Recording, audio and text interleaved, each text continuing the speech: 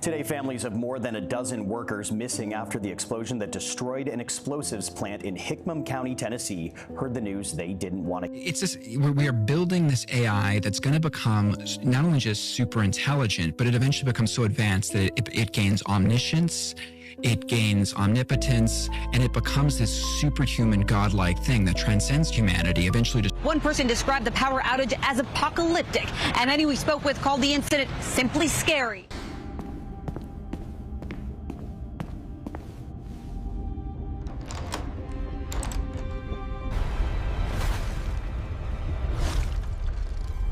Come, sign your soul away.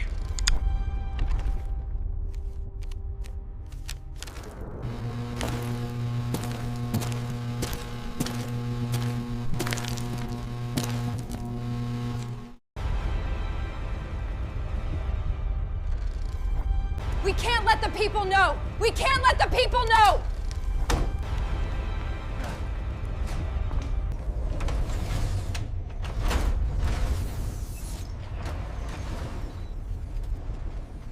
We are out of time. They don't even know it's coming. We are out of time. They don't even know it's coming.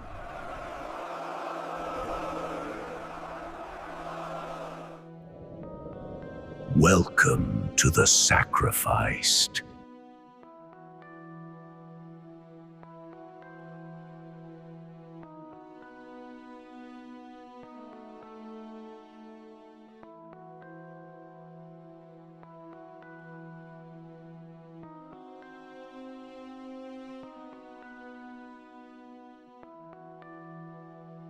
Thank you, Jesus, for The man who once led one of the largest congregations in America.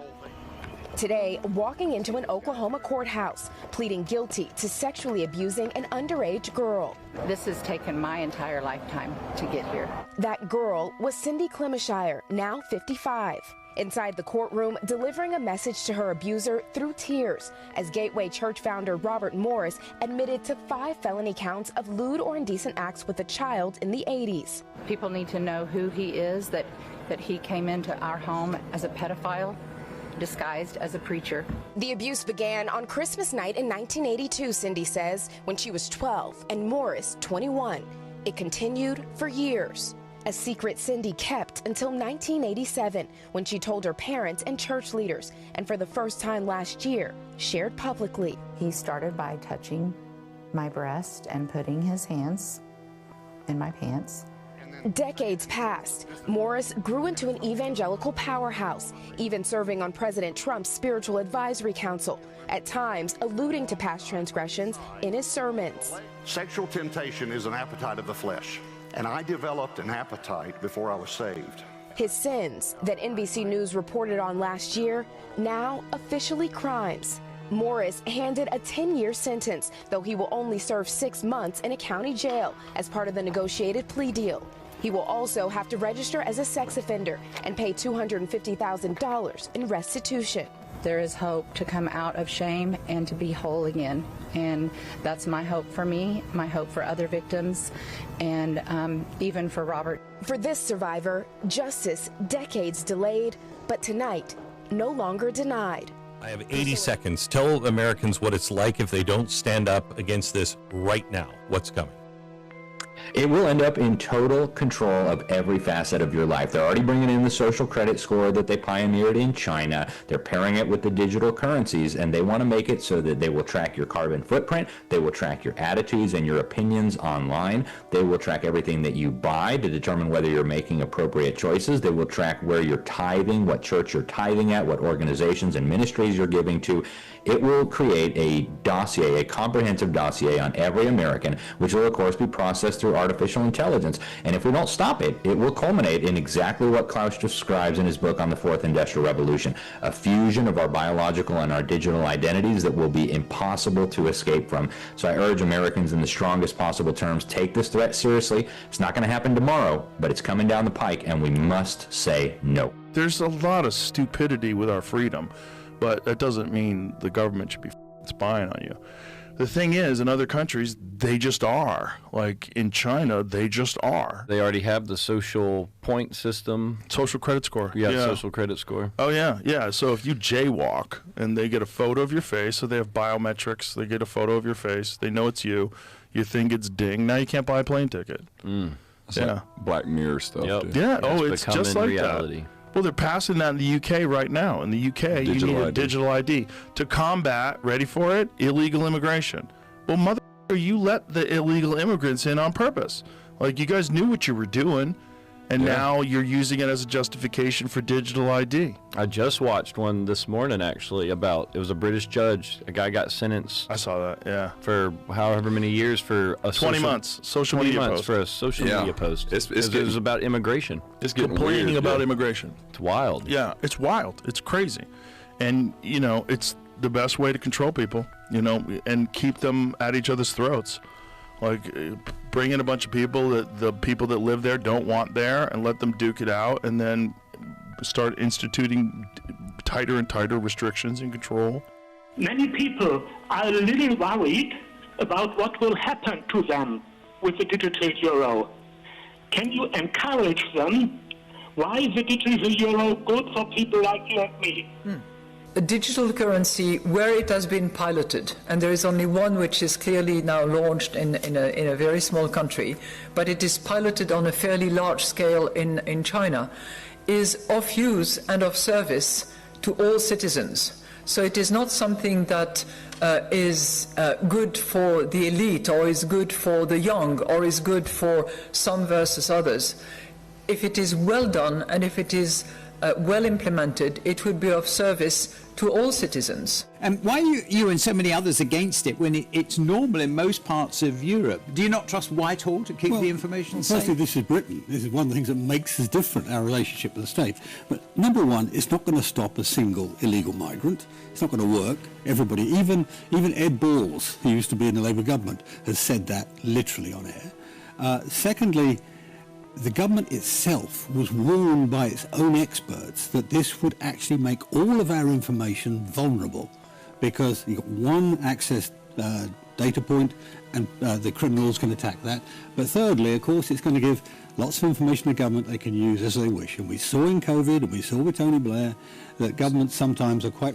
An arrest affidavit says a woman was shot and killed outside a Dallas PetSmart after getting upset at a woman for not saying thank you. Court documents say the victim, Cecilia Simpson, was shot several times after the dispute escalated into a parking lot fight. Peyton Yeager has more on the story tonight. The family of 41-year-old Cecilia Simpson sent Fox 4 News these photos of the Duncanville mother of two.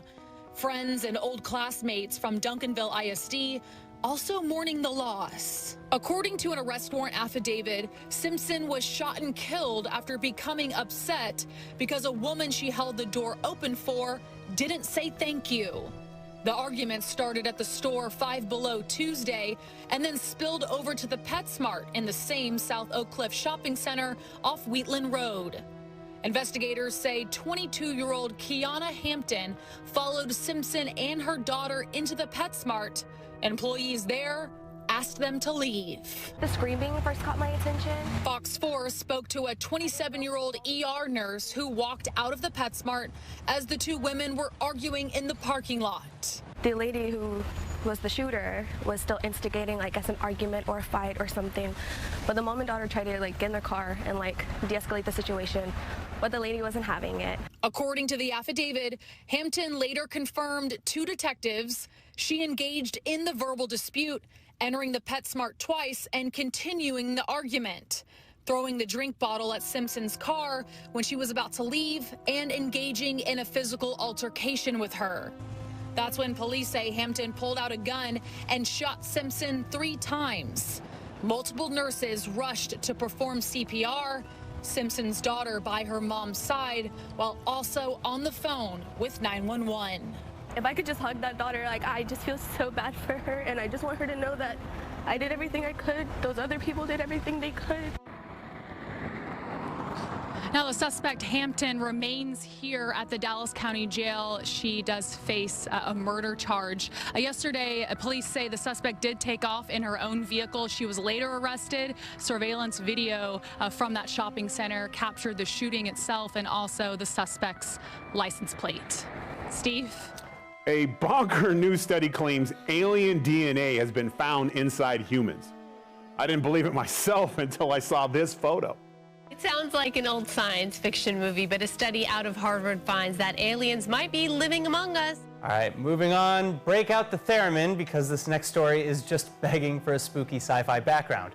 After 30 years at the helm of the Israeli space security program, and after receiving 3 Israeli security awards, retired Israeli general and respected professor Chaim Eshed is now unveiling that yes, there are aliens among us, yes, Israel has made contact with them, and no, humanity is not ready for them. Well, some of them are written by prophets, but I mean, Enoch is apparently supposed to predate even the time of Genesis and talk. The nuttiest one is Ezekiel.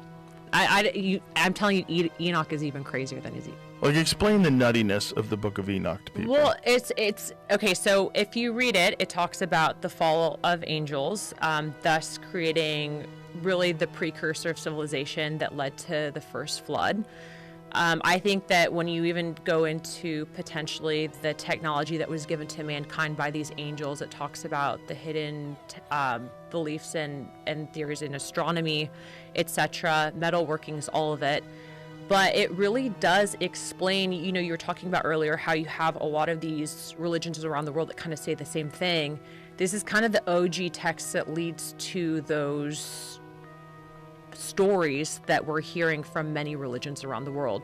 To talk about angels mixing with mankind and then seeding a super essentially race of humans that essentially were responsible for basically damning mankind to the flood. I mean, you hear about stuff in Greek and Roman mythology, people who had these super crazy powers, and you talk about it out loud and it sounds crazy, but that's what the book says. And then the fact that it was taken out and then it's poo-pooed, yet you have one of the oldest religions in the world via the Ethiopians that actually still have it. You have, you know, the Catholic Church that has books that are missing out of the King James Version. I'm just saying that, you know, when you read it, you should read it and decide for yourself. Don't listen to what I'm saying, don't listen to what you're saying, but truly give it a chance and see what you have to say. And then, you know, you're going back to this whole concept of if you have this information pertaining to UAPs, whatever they might be, the origins.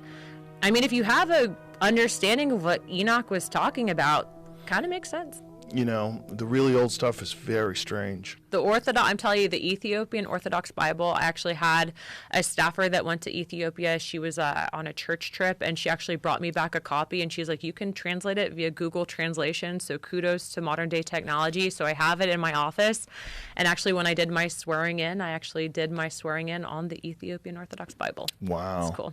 It's direct translation. That's kind of crazy. This is nuts. I think we're probably going to be responsible for like the Book of Enoch sales probably increase on Amazon. Well, I'm going to buy it. I'm going to buy it. I need to read it now. You'll trip out if you read Enoch and then follow about the fall of mankind and the angels with, you know, and this is Christian theology, right? So like angels came down, rebelled against God, interbred with humankind. That would be, I think, a good starting point for what potentially the Anunnaki were. Okay, so joining us now for more, once again, Harvard University astrophysicist Dr. Avi Loeb. Dr. Loeb, thanks for being back again.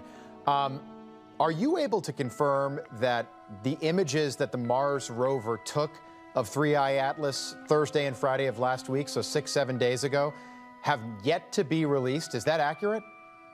Well, thanks for having me. It's actually not just the Mars rover, it's also the Mars Reconnaissance Orbiter, which is actually moving around Mars, and that has a very high-resolution camera called HiRISE that could get a pixel size of 30 kilometers on 3I Atlas. Right. So that is really the best that is yet to come out. But Dr. Loeb, do we have the pictures? Here we are almost a week later. Have you seen them? So in fact, the only information we get is from the Europeans. There is the European Space Agency that released some data which is inferior to the NASA data, and they are saying that indeed the high-rise camera captured an image of good data on October 2nd. However, the principal investigator of that camera said that he cannot communicate the information to the public because of the government shutdown. Now, that of course raises some concerns that maybe they know something and do not want to let us know about it. And my interpretation is that it's probably not flagging extraterrestrial intelligence. It most likely is the result of terrestrial stupidity. You think, I don't buy the shutdown excuse. That to me is really suspicious 8 days later that NASA hasn't released these photos. It's not like nobody is at NASA right now is able to do this. We did get one report that as 3I Atlas gets closer now to the sun, telescopes here on Earth are picking up other objects flying alongside it. Is that accurate? Well, there are always objects. The question is whether we see unusual activity. And in fact, I tasked my research team at the Galileo project to monitor the sky for any unusual activity, because it's possible that if it's a alien probe, that in fact it would release some mini probes that will visit the planets. If it's a alien probe, that in fact it would release some mini probes that will visit the planets. Alien probe, that in fact it would release some mini probes that will visit the planets. Release some mini probes that will visit the planets. Her screams haunting. A doorbell camera captures the moment police say a woman was abducted in the middle of the night. The man approaches her from behind and gets her in a tight bear hug. And since 1 in 3 women experience physical violence, it's important to know how to fight back. Here's Allison Hall. It's a blood-curdling scream. A woman is violently abducted, and now police are desperately looking for her. She's wearing shorts, a halter top, and boots. Her assailant puts her in a tight bear hug and drags her off. It's pitch black outside, so dark you can't see what happens next, and there are no more screams to be heard. It happened in Wichita, Kansas. We have one specific incident that we're investigating, and we don't have any information to indicate a broader danger to the general public. Police say it was 2 a.m. Sunday when a surveillance camera recorded the abduction. Police took the tape and reduced the background noise, hoping that someone will recognize her voice when she screams. They say they have been unable to make out what the woman is screaming. The homeowner who turned the tape over to police says the woman does not live there. Was she seeking help at a stranger's house? After the video was posted, an inquiry came from Kansas City, 200 miles away. Could the victim be this dark-haired teen who went missing last month? We haven't found any indication that this video is related to any current missing persons report that we've reviewed. In a crisis like this, is there anything you can do to save yourself? I showed the video to self-defense expert Matan Gavish. What can you do if somebody's grabbing you from behind? One of the easiest ways to open a grip is actually to manipulate the fingers of the hand that are holding you. Grab any finger you can with both hands. Yeah. Bend Pull it towards the elbow. backwards. And then elbow out. Punch as you go. You can also strike toward the groin area. The most important aspect is to go immediately into fight mode. A graphic video has shown Hamas fighters conducting a public execution of alleged Israeli collaborators. The footage here shows Hamas gunmen lining up 7 men in a public square and shooting them from behind.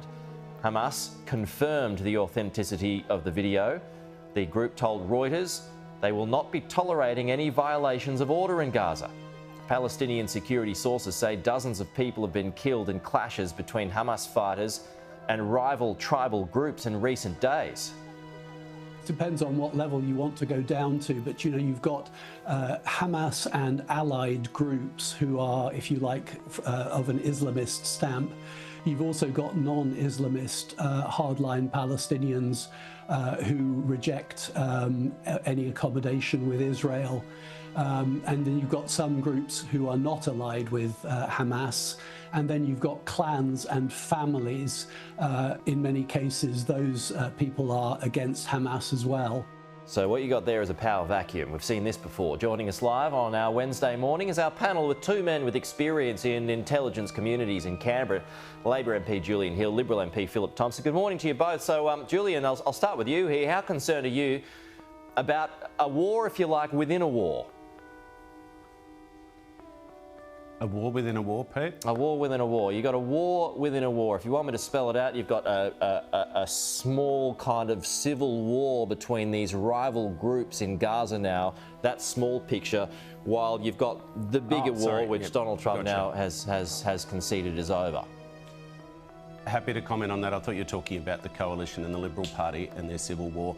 Look, that video is disgusting and it reinforces the position the government's taken. To list Hamas as a terrorist group and make clear that they can have no role in the future governance of a Palestinian state. Philip, as someone who knows a bit about warfare, what do you make of this power vacuum? Well, it's quite concerning, and hearing from President Trump earlier saying that if Hamas doesn't disarm, he'll disarm them. It is very concerning to see that there is conflict that is bubbled over again and executions happening. We should be keeping a close eye on it, because if it isn't controlled, it will explode into militia-style conflict throughout the region. It's something that we don't want to see, especially in times of peace talking. Yeah, I mean, this is what we'd be facing if we went in with peacekeeping troops. John O'Duniam supported that yesterday if we were asked. Big caveat there. Would you support that, Philip, peacekeeping troops to Gaza? I think it's a bit early right now to be talking about setting Australians as peacekeepers, especially since we're only now seeing the release of hostages. Not all of the bodies of the hostages have been released. It's still in turmoil and conflict and things like that. It will put people in danger. And if you're going over to be a peacekeeper, it's not supposed to be in a kinetic role. You're not supposed to be gunfighting. You're supposed to be there to make sure that the peace is stable and happening with linking backs to the nation, the UN, the US. I don't think we're there yet because of these public executions. If Australians were there now, it would be a kinetic fight and it would draw in every other nation. So I think we've got to watch this from a distance, but also make sure that we're standing closely with our allies in the US and the UK and offer support where they think it's needed. But right now, you'd be in a gunfight. Let's get to know each other, and thanks for watching. The reason this is getting attention is this actress is completely AI generated by a company called Particle 6. Tilly Norwood, 100% AI generated. By some company called Particle 6. She'll do anything I say. I'm already in love. Girl next door vibes. Like if a Sunday roast went to drama school and got BAFTA optimised. But can she cry on Graham Norton? Of course she can, and it'll be clipped, subtitled, and monetized on TikTok by lunchtime. President Trump causing some controversy after posting multiple AI-generated videos this week, and one was a deep fake of himself touting a fake medical breakthrough called MedBeds. It's a conspiracy that has roots in the QAnon movement, and it falsely claims the existence of cure-all medical beds and also claims that they are being kept from the public. Now, the president eventually did take that video down, but others showed Democratic leaders Hakeem Jeffries and Chuck Schumer mocking them over the government shutdown. In one, he had Jeffries wearing a sombrero and mustache, which Jeffries has called racist. And we have so far lost the plot. What are we doing? The backlash to Tilly Norwood igniting over the weekend after her creator, Dutch actor and comedian Elina van der Velden, said multiple talent agents have shown interest in signing the AI actress, according to Deadline. That news prompting real actors to speak out in protest. Emily Blunt calling it really scary in an interview with Variety, urging agencies to please stop. Van der Velden posting a lengthy statement defending the invention, comparing it to animation or CGI, writing Tilly Norwood is not a replacement for a human being, but a creative work, a piece of art that sparks conversation. Whoopi Goldberg among those responding. The problem with this, in my opinion, humble opinion, is that you are suddenly up against something that's been generated with 5,000 other actors. So it's a little bit of an unfair advantage. The debate over Tilly Norwood just the latest in the battle between creative artists and AI. Last year, Scarlett Johansson threatened legal action against OpenAI after the company unveiled a voice assistant that sounded eerily similar to hers. Hello, I'm really excited about teaming up with you. OpenAI denied modeling it after Johansson, but ultimately suspended the voice. And more recently, Vogue faced criticism after running an ad for fashion brand Guess that used an AI model instead of a real one. She smiles for the camera, shares stills for her newest photo shoot, and video from her first acting role. But can you tell Tilly Norwood isn't real? I mean, you can kind of tell just the way that their skin texture looks, it's kind of giving off like, oh yeah, this is definitely AI. It's like something off. It's just like she's looking at you with the same eyes every time, like nothing changes. She makes the same emotion. Norwood is an AI-generated actress created by Eline Vandervelden's AI talent studio, Sequoia. There's reportedly already interest from agents looking to represent her, sparking backlash from some in the entertainment industry. In response, Vandervelden posting a statement on Tilly's Instagram account saying in part, "She is not a replacement for a human being, but a creative work, a piece of art. I see AI not as a replacement for people, but as a new tool." The term is AI objects. There's no such thing as an AI actress. Justine Bateman, filmmaker, author, and former actress, has been outspoken about AI technology since the last SAG-AFTRA strike in 2023. This is one of the things I cautioned SAG about when I was an AI advisor to the SAG negotiations. I sent out demo after demo after demo over social media saying, here's what they can do now, here's what's possible now. And that was, 2 years ago. She says Tilly is just the beginning of what she predicts will be an influx of AI-generated content. Chaos as deadly violence unfolded in tiny Leland, Mississippi. We gotta do better. Leland homecoming, man. Authorities say 6 were killed after a shooting on Main Street following the town's homecoming football game Friday night. People who were enjoying themselves last night found themselves faced with violence that no community should be faced with. The victims ranging in age from 18 to 41. Across the state, another deadly shooting. We have a medical call at Heidelberg High School. It's going to be multiple people shot. This one at a high school football game in the small town of Heidelberg, where officials say 2 people died.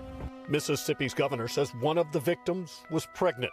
Police today arresting an 18-year-old suspect. And in Rolling Fork, Mississippi, a third shooting outside of a local football game there last night. Authorities there arresting 2 individuals. While back in Leland, the search for the gunman continues, city leaders asking for help. This is not a time to keep your mouth closed. It's a time you open your mouth. You can save a lot of lives if you open your mouth and tell us what you have seen. The mayor working to heal a community in pain and on edge. Please pray for Leland, Mississippi. Pray for your city, and let's pray for this country. Jay Gray joins me now from Leland. And Jay, what do we know about the investigation tonight and the other victims there? Yeah, and Savannah, let's start with that investigation. Within the last hour, we've seen crews up and inspecting what is the town's only surveillance camera here. It was trained directly where this happened, so it could provide some necessary video for this investigation as it continues. As for the other victims, we know at least 10 others were transported from this scene to area hospitals. And now what the U.S. president is looking for is for Hamas to sign as well. He believes that this is something that will achieve what he says is 3,000 years of an end to 3,000 years of conflict, and that it will finally, in his words, bring peace to the Middle East. So this is the U.S. president essentially putting pressure on Hamas to come to a decision. Despite no longer having an official role in the White House, Jared Kushner is increasingly becoming more entrenched in his ties to the Middle East, particularly Saudi Arabia. Kushner is also reportedly aiding peace talks to end Israel's war in Gaza. His behind-the-scenes influence in Middle East peace talks reflects his advisory role from the first Trump administration. Kushner served as the primary architect of the Abraham Accords between Israel and several Arab states. Saudi Arabia, which was not included in the initial treaties, said it won't normalize diplomatic relations with Israel unless a Palestinian state is formed. Since the Abraham Accords were signed in 2020, Kushner has expanded his business portfolio in partnership with Saudi Arabia. Kushner's private equity firm, Affinity Partners, received a $2 billion investment from Saudi Arabia's sovereign wealth fund following his time in the White House. Last year, Kushner defended his Saudi ties and stood by the Crown Prince despite the foreign leader's involvement in ordering the 2018 murder of journalist Jamal Khashoggi. While Kushner has stepped away from the public spotlight, he has remained open to advising Trump, as evidenced by his involvement in the Gaza peace deal. There are some indications, though, that it has jeopardized one of President Trump's legacy achievements, the Abraham Accords. You had the UAE, which normalized relations with your country under President Trump's first term, calling the strikes a grave breach of international law and the UN Charter, an irresponsible escalation that threatens regional and international peace and security. Are you saying that eradicating Hamas is more important than the Abraham Accords? No, I think the Abraham Accords brokered by President Trump with me and the leader of the UAE, I think they've been remarkably resilient and strong. We've been now through 2 years of war and they've held up very well. We've got commerce going both ways. We've got Israelis just going back and forth to the Gulf states. We have cooperation between our two countries. It's very strong.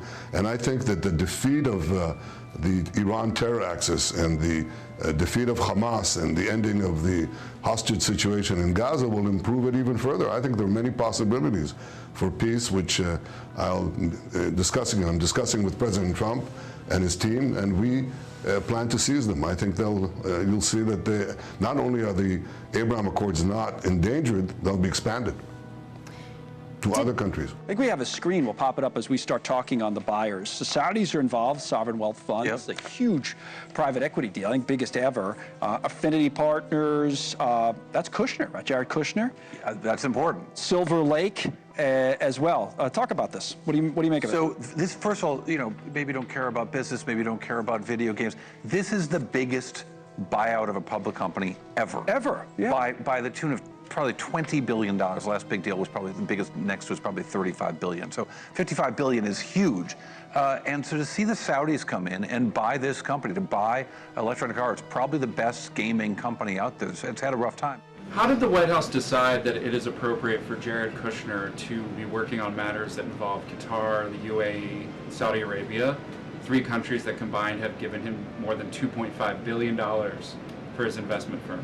I think it's, frankly, despicable that you're trying to suggest that it's inappropriate for Jared Kushner, who is widely respected around the world. We are building this AI that's going to become not only just super intelligent, but it eventually becomes so advanced that it gains omniscience, it gains omnipotence, and it becomes this superhuman godlike thing that transcends humanity, eventually destroys humanity.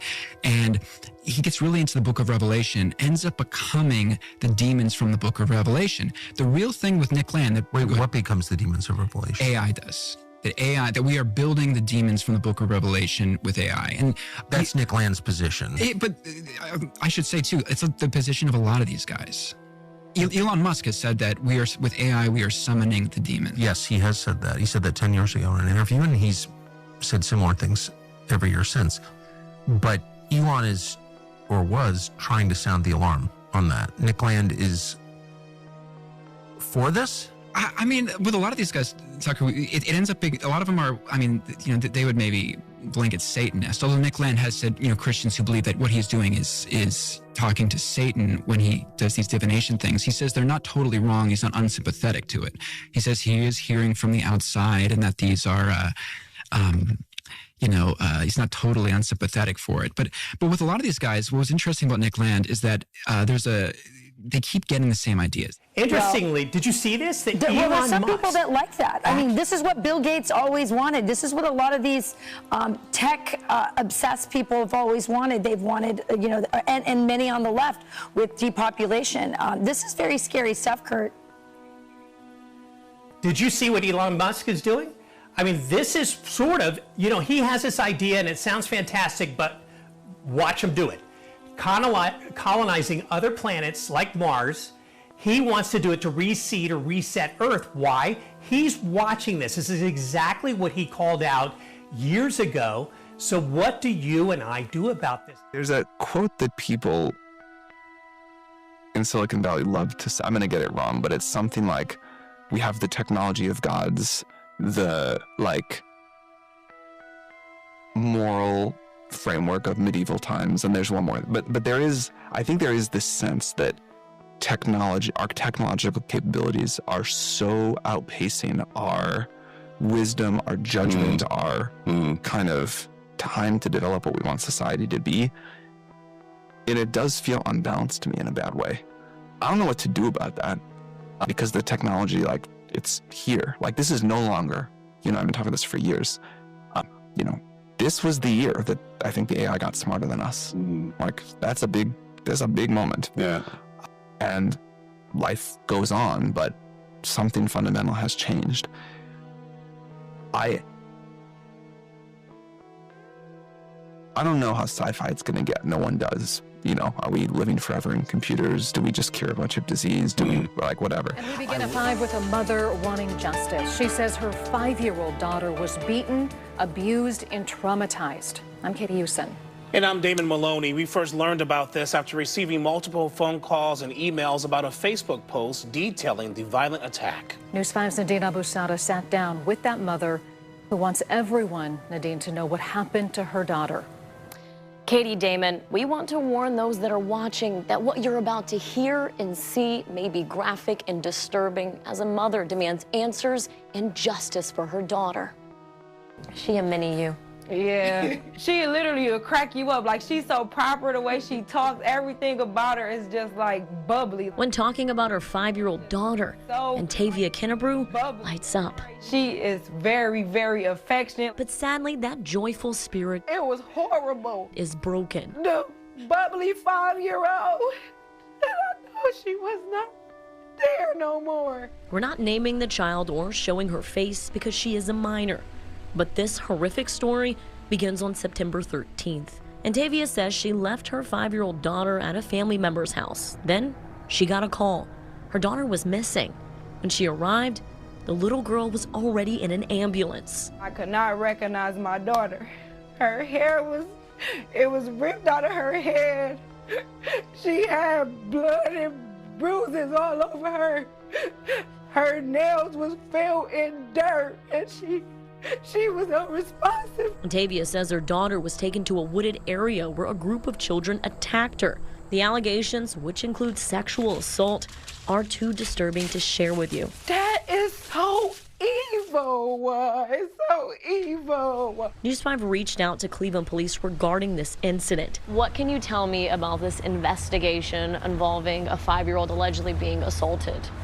It is an active investigation that the Cleveland Division of Police is conducting at this time. In a statement, the department confirmed that the Sex Crimes and Child Abuse Unit is actively investigating a case involving multiple children under the age of 10, both as victims and as suspects. And we have to protect the rights that the victims have, just as well as the suspects in these cases. Antavia says her daughter spent about a week in the hospital.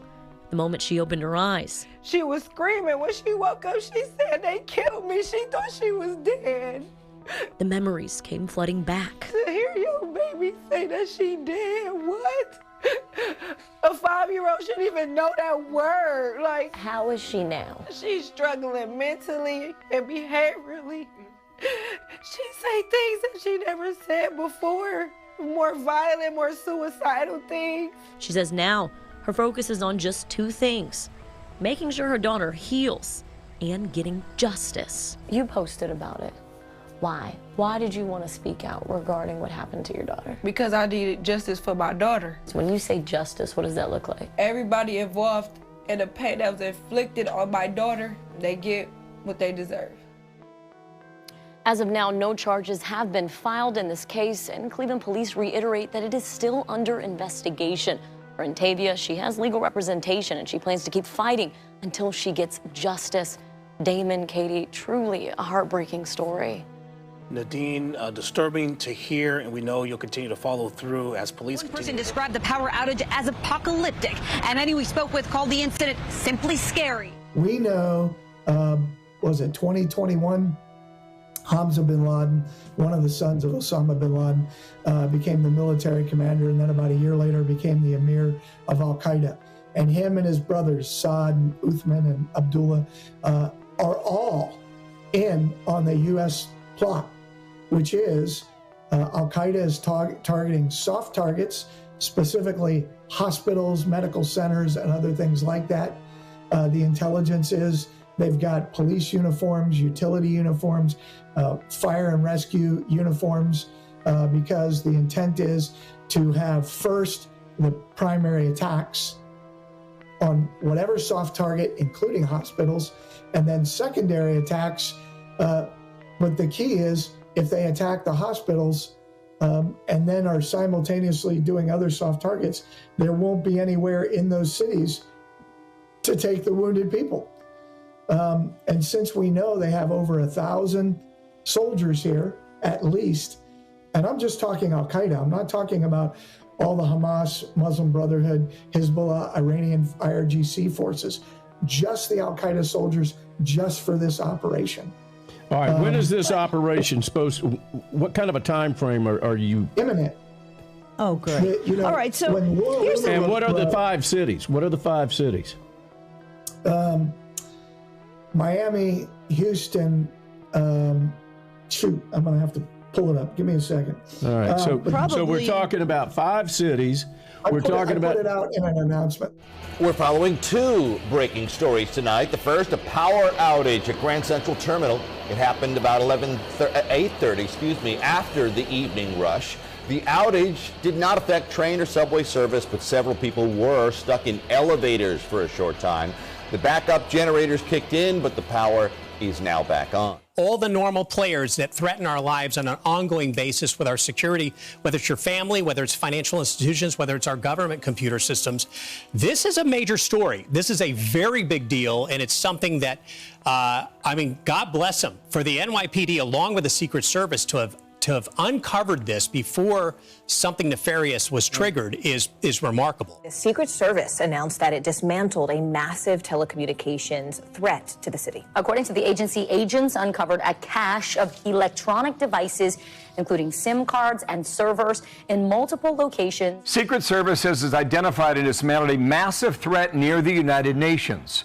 The agency found what's described as a hidden telecom network consisting of thousands of illicit servers and SIM cards.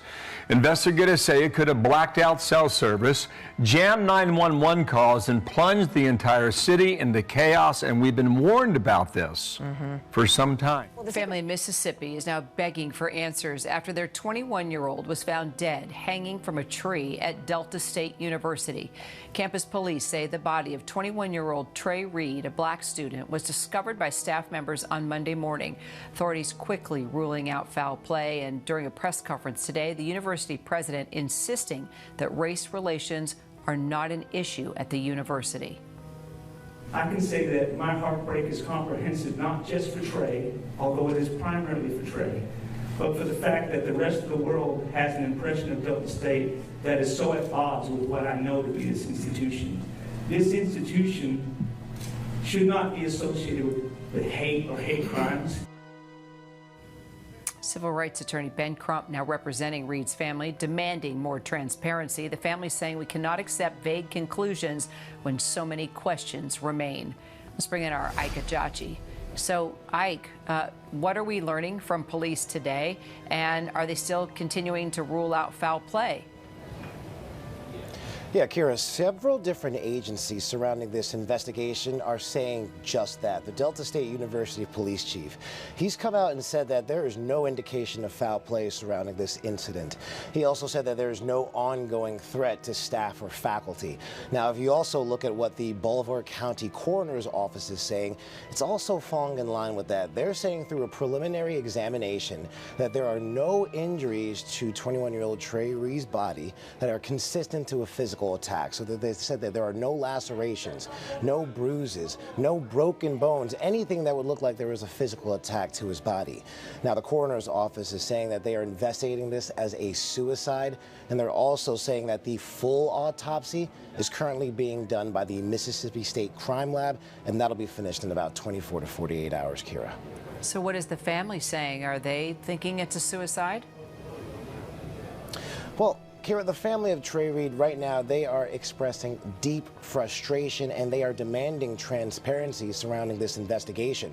Right now, through their attorney, Vanessa Jones, they have announced that they are conducting their own independent autopsy and they're even conducting their own investigation around this. They are demanding answers, they're saying, that are shrouded in some kind of a cloud of secrecy. This is according to the attorney and the family. So what we're seeing right now is that they're claiming that there has been a lack of direct communication from law enforcement, from the university to the family on the day this incident was discovered. That is, of course, on September 15th, just 2 days ago. They're saying there has been no communication, and that's exactly what they're demanding. Take a listen.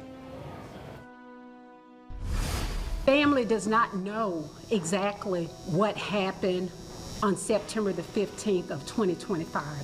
We are seeking answers. The family of Trey Reed has not even received a phone call from the president of Delta State University. He told me that they found Trey Reed in his room. And he didn't say possible suicide, he said suicide. Now, Kira, it is important to note that the university did respond, the university president that is, by saying that the university contacted an individual for Trey Reed who is listed as the next of kin, and they said that happened. But the lie is coming. All indications, like all of them, is that that lie is going to be that there is a craft slowly making its way to us here on Earth. And that is the lie they're going to want you to believe. An update now to a story that we have been monitoring for months. If you regularly watch Finnerty, you will be familiar with this next story. Right now, as we speak, 3I Atlas, an enormous glowing object the size of Manhattan, is speeding toward Earth on what appears to be a planned, coordinated trajectory. It's going so fast that you could fly from New York to Los Angeles in just 1 minute. Now, conventional scientists say that it's just a comet. Of course they're going to say that. But it's doing things that comets just don't do. No comet we've ever seen. So what is it? Has suggested the object has alien origins. He came on this show to say so a while back, even saying the object could be on a mission to release, quote, mini probes that could invade Earth. Since then, things have gotten very, very interesting. According to astronomers, 3I Atlas has all kinds of surprises. We've only seen a handful of blurry shots that look like a tail is kind of starting to form. There's the unusual chemical signatures. It's producing way more nickel than iron, and scientists don't really know why. And when it comes to size, some estimates say it's about 3 miles wide. In comparison, Manhattan, it's only about 2 miles wide, and that is at its widest point. Finally, the very rare trajectory. You got to wonder what our scientific community, NASA and all the rest are doing right now. I realize there's a shutdown going on, but this is occurring before the shutdown. And and this thing is heading our direction, Congressman. Yeah, I just want to ask you about one other issue while I have you. Sorry to cut you off, sir. You received intelligence that suggests that there are perhaps deep water alien bases right now sitting on the ocean floor on this planet. Is that accurate? I would say that's pretty accurate. It's nuanced, how they explain that, the nature of that threat. But that 100% is the lie you are going to be told. You even got a date. People have been whispering a date for a long time now. I know where that lie comes from. I know specifically what document from the 70s initiated the idea of that lie. A classified document. That is the lie you will be told. You're going to be told that there is a craft on its way to Earth. That's the lie. Maybe I'm wrong. I hope I'm wrong. I sent you 2 texts today with a year. Not from me. Nope. I'm not going to propagate that lie. Not going to be part of it, not going to say it to the camera. Everybody knows. Just start paying attention. And they'll change the date, especially if they see this. Things will change. Because maybe I'm trustworthy, maybe I'm worthy of your trust, maybe I've told you the truth the whole way through it, now you can verify it. If that's the case, then I'm dangerous. You've been told the truth about UFOs for a long time now. It's been pretty orchestrated, it's been pretty clear, and it's using people that are telling the truth and want to tell the truth. Ultimately, they want you to know something. They want you to know UFOs are real. Thank God we're finally there. We're all there now. They want you to know the truth. But why they want you to know that truth now?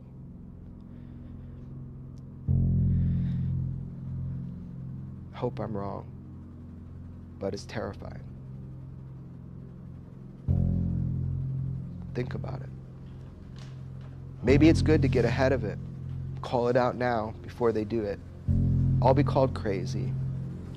Today, families of more than a dozen workers missing after the explosion that destroyed an explosives plant in Hickman County, Tennessee, heard the news they didn't want to hear. CBS's Nicole Valdez is there and joins us for the latest. Nicole, what can you tell us? Tonight, it is unclear how many people were inside when that plant exploded. At least 16 people are still reported missing, but that number could change. This disaster has gone from a rescue mission to a recovery effort. At some point in time, we've got to rip off the Band-Aid. Sheriff Chris Davis choked back tears, confirming the worst. More than 300 people have been through almost every square inch of this facility, and at this time, we've recovered no survivors. The blast happened Friday morning at this military explosives plant. Today, officials warned small, controlled explosions would be needed to stabilize the structure. An ambulance and medical helicopter standing by as a precaution for investigators working near the site. These grim images show what the building looked like before and after the blast, heard more than 15 miles away. Wendell Stinson is the CEO of the company Accurate Energetic Systems. He shared this message Friday. Our hearts are broken for the families and for the ones, our loved ones that lost their lives, and please pray. Late this afternoon, neighbors, friends, and families met at this nearby church, the small Tennessee town grieving their loss. The ATF now leading the investigation. All of our bomb techs, our explosive specialists, are up there very thoroughly, methodically trying to make safe the area, safe as possible for every law enforcement up there, so we can go ahead and make sure we do that search and recovery efforts in the safest manner as possible. And Tom, this church is one of several places where this community has gathered to pray and heal after this tragic explosion. We are thinking about the community there.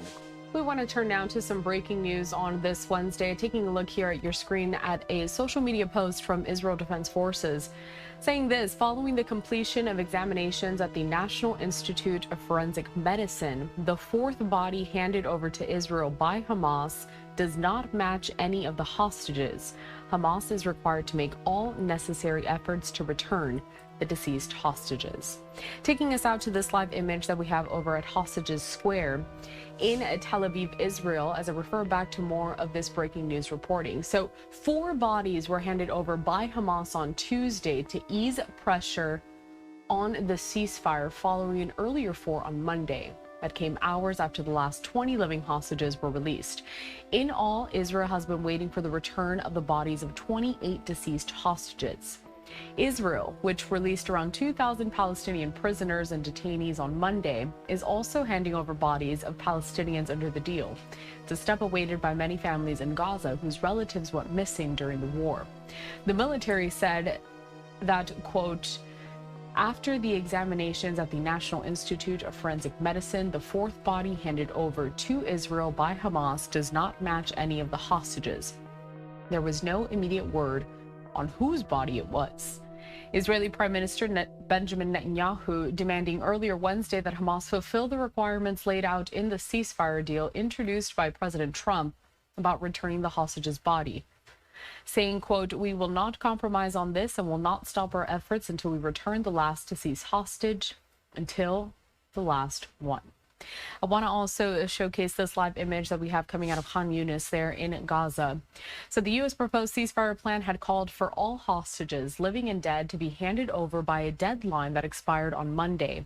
But under the deal, if that does not happen, Hamas was to share information about deceased hostages and try to hand over all of them as soon as possible. This is not the first time Hamas has returned a wrong body to Israel. Earlier this year, during a previous ceasefire, the group said it handed over the bodies of Shiri Bibas and her 2 sons.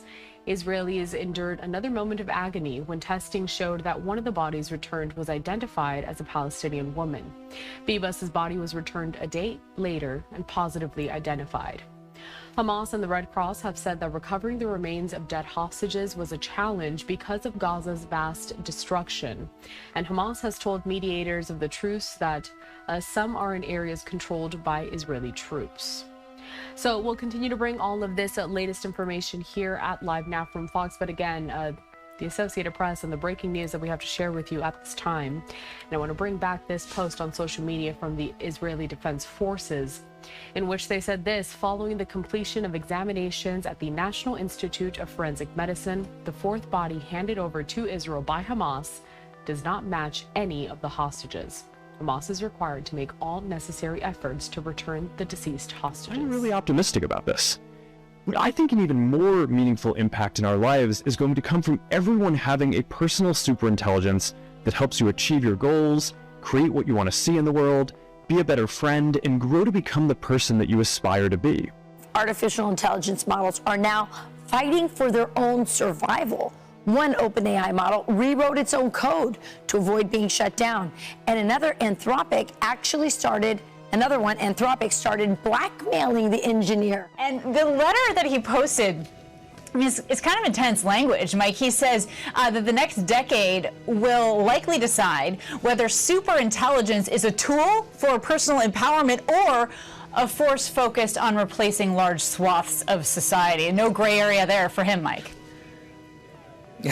No, not at all, because Kana, even as you know, I am very pro-tech, but superintelligence is the next frontier. Kurt, I read about this and my jaw dropped. It actually started blackmailing the engineers who were suggesting shutting the AI down. The AI was going after them.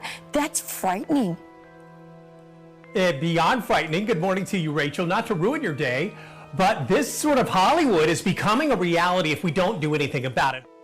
They've been saying, we have to stay in control of these AIs. We've somehow got to be stronger than them. We've got to be dominant and they've got to be submissive. That's not going to work. We have to make it so that when they're more powerful than us and smarter than us, they still care about us. Human actors are threatening to blacklist talent agencies that represent this AI. Yeah, that's going to work. Yeah. Okay. What the fuck are we doing on this earth, man? Every day, most of us wake up and go to a job that we really don't fucking like, but we can't really quit because we got to get the money to pay the bills that they say is important to pay. What the fuck is the point of this life, man? We go to grocery stores and buy food that God gave us for free. Why the fuck did we pay for lights? Well, that's just the way it is. Fuck you. I'm tired of all this "that's just the way it is" bullshit. This whole fucking system is garbage. America ain't nothing but a big-ass fucking plantation, man. A big-ass fucking plantation. What the fuck are we doing here? There are days I don't want to be on this earth. And I'm not saying I want to unalive myself and nothing like that. But I'm tired, man. It's like, what the fuck is the point of any of this? To work till we 60, 70 years old? Most of us ain't gonna fucking live to see 50. But we gotta work to maybe retire. Man, fuck you and all that bullshit, man. I don't give a fuck about who president, left, right, and all this dumbass shit. I'm tired of this whole fucking game, man.